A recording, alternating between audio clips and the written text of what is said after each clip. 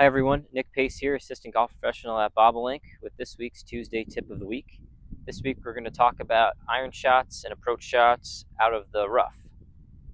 So far to start this season, the rough at Bobolink has been pretty thick and pretty hard to get out of, so we're going to go over a few things to help you get better shots out of this rough. First thing you want to do when you're faced with an approach shot from a thick rough is think about your club selection. It's really important to make sure that you have enough loft to get the ball up in the air and back into play.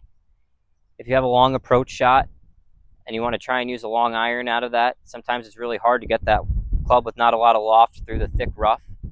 Makes it a lot easier for the rough to grab the club face, keep the ball low, and shoot it to the left, and sometimes it might put you back into more trouble.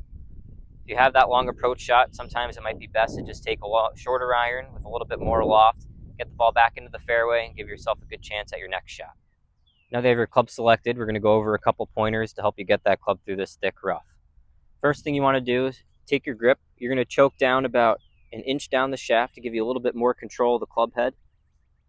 The next thing you want to do is grip it a little bit tighter than you normally do.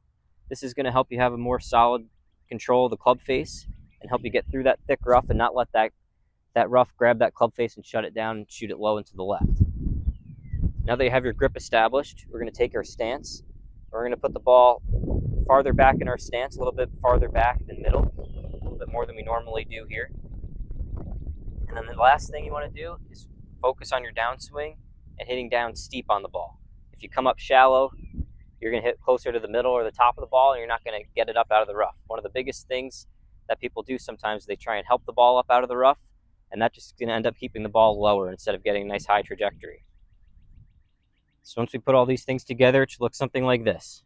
So choke down, nice tight grip, ball back in the stance, and we're going to swing nice and steep at it.